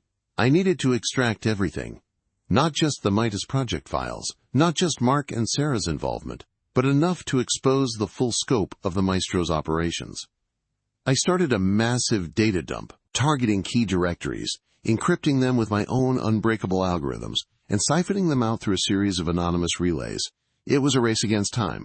The network began to fight back. Digital traps sprung, trying to ensnare my connection. Honeypots appeared, trying to lure me into dead ends. I dodged, weaved, and countered, my fingers flying across the keyboard, my mind a blur of code and strategy. I was no longer a hunter. I was prey, caught in a digital lion's den, trying to escape with my spoils. I could feel the pressure mounting. My monitors flickered with warning signs. The Maestro's digital guardians were closing in. I had to make a choice.